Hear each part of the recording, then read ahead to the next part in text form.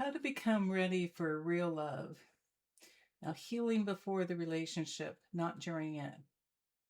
There's an old story about a man who spent years searching for the perfect house.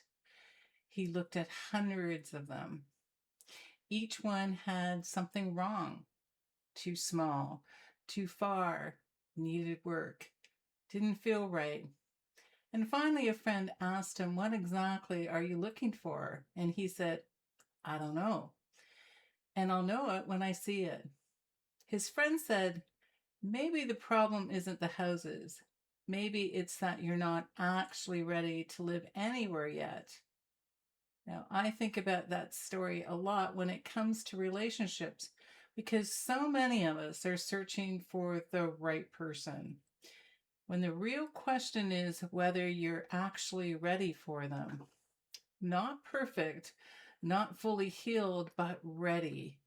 And by the end of this video, you're going to understand what that actually means and how to know if you're there or what still is in the way. This one is for everyone, whether you're looking for a partner or already with one. So I hope you stay with me. We bring in wounds into relationships. And here's something I see constantly in my work, and honestly, in my own life too. We meet somebody, there's a spark, real potential, and within a few months, the relationship starts carrying things that have nothing to do with this person at all. The anger that's really about somebody else from years ago, the distrust that's really about a betrayal that happened long before this relationship began. The need for constant reassurance that's really about a wound that's never been tended to. This isn't a character flaw, it's just how humans work. We don't arrive at these new relationships empty-handed. We arrive carrying everything we haven't yet processed. And unless we've done some work on it, we hand that to the next person without even realizing it. And here's the hard part. A new partner, even a wonderful one, cannot heal those wounds for you.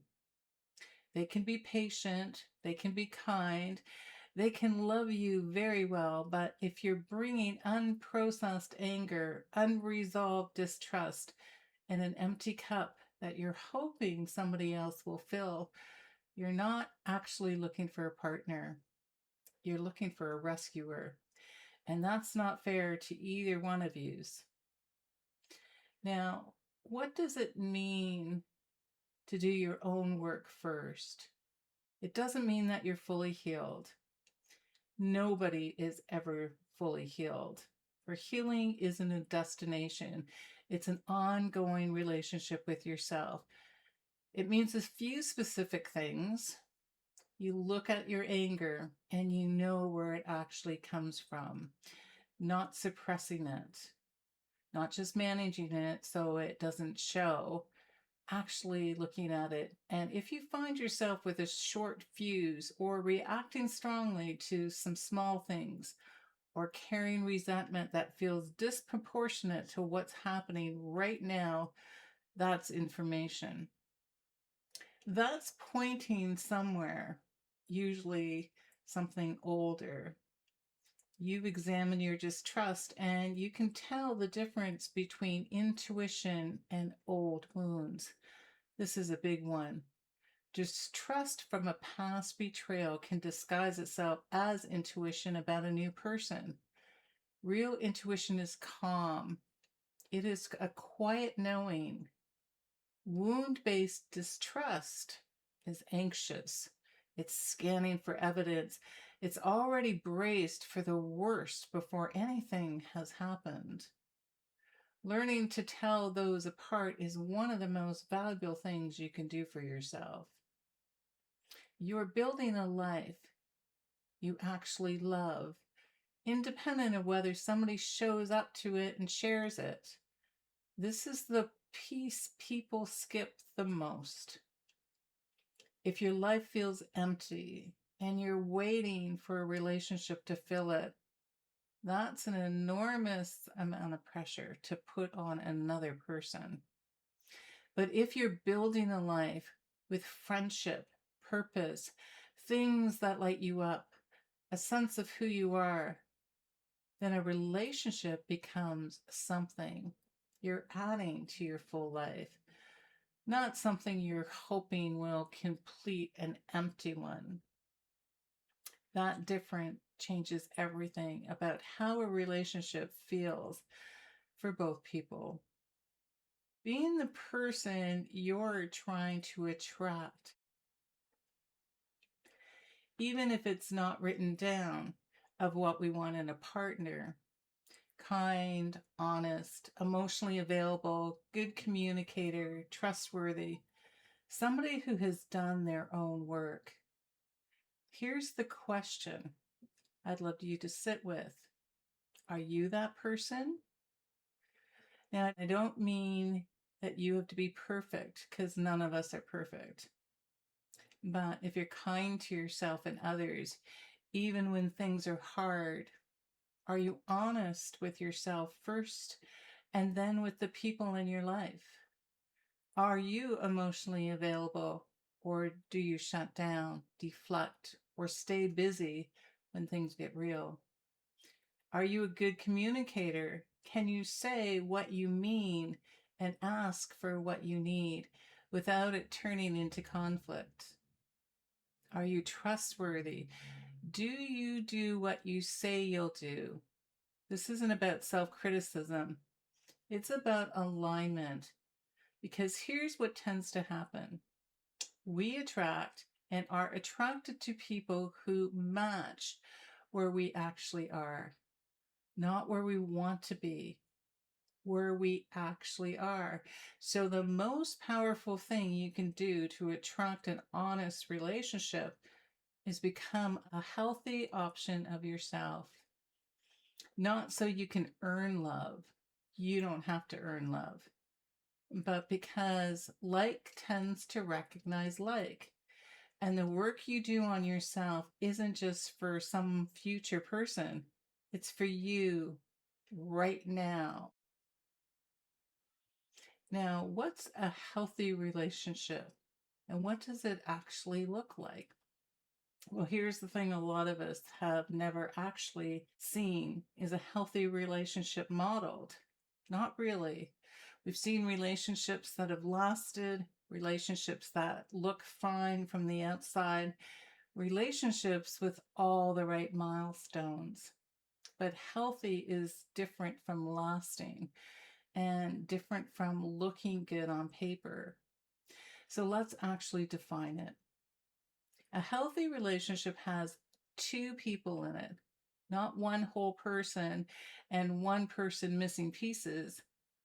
Both people have their own friends, interests, a sense of identity. The relationship adds to their life. It doesn't become their entire life. Conflict exists, and it doesn't threaten the relationship. Healthy couples disagree. What makes it healthy isn't the absence of conflict, it's how it's handled. Can you both stay curious instead of defensive? Can you repair after a hard conversation? That's room for both people to change and grow, and the relationship grows with them. You're not locked into who you were when you first met.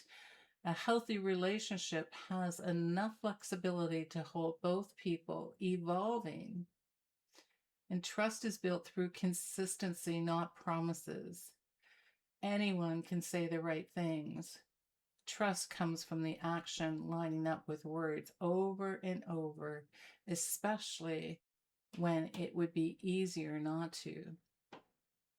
Both people feel like they can be fully themselves, not a performed version, not the version that's easier for the other person, the actual, real, sometimes messy version.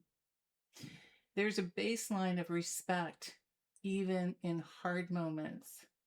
You can be angry, hurt, frustrated, and still say things designed to wound. Respect doesn't disappear when things get hard. If you're in a relationship right now, these aren't a pass fail test. They're a direction to grow towards each other. And if you're looking for one, these are what to actually watch for. Not just the chemistry, not just how somebody makes you feel in this first few months, but how do they handle disagreements? Do they have their own life? Does trust seem to be building through consistency, or are you just hoping it will? Now, why we self-sabotage when somebody good shows up? I want to talk about something that confuses a lot of people. You meet somebody genuinely kind, available, consistent, everything you said you wanted, and something in you pulls back, gets bored, starts finding small things wrong, or gets strangely anxious, more anxious than you were with people who treated you poorly. This is one of the most common patterns I see, and it makes complete sense once you understand it. If you grew up with love that was inconsistent, sometimes warm, sometimes withdrawn, and sometimes conditional, your nervous system learned to associate that unpredictability with what love feels like. So when somebody shows up that's steady and consistent, genuinely available, it can feel unfamiliar, even uncomfortable, and sometimes it even registers as boring when really what it is safe. And safe is unfamiliar territory for a nervous system that has learned love equals uncertainty. This is why so many people self-sabotage with good partners, not because something is wrong with that partner, because steadiness can feel foreign to a system that used to chase. Recognizing this when it's happening is huge. The question isn't, is something wrong with this person? The question is this familiar or is this actually healthy? And am I now able to tell the difference right now? Now, how to actually work on this? So practically, what you actually do with all of this is notice your patterns without judgment. Where do you tend to react strongly? Where do you pull back? Where do you find yourself testing people or pushing them away or needing constant reassurance? Just notice it's the beginning of a choice. Get curious about the origin. When something triggers a big reaction, ask, is this about right now, or does this feel familiar from somewhere else? You don't have to solve it in the moment, but just asking the question starts to create some space. Build the life you want regardless of relationship status, friendships, things you're passionate about, a sense of who you are that doesn't depend on somebody else's presence. This isn't a waiting room activity, it's the actual goal. Practice the qualities you're looking for. If you want honest communication, practice it with friends, family, yourself. If you want trustworthiness, be impeccable with your word. You're not performing for an audience. You're becoming genuinely the person you'll want to be with. When something feels really safe, give it a chance, even if it feels unfamiliar. If steadiness feels boring or kindness feels suspicious, pause before acting on it. It might be an odd alarm going off in a situation that doesn't actually need one. Now, here's what I'd love you to take from this. You don't have to be fully healed to find love. That's not how it works. And waiting for that would really mean waiting forever.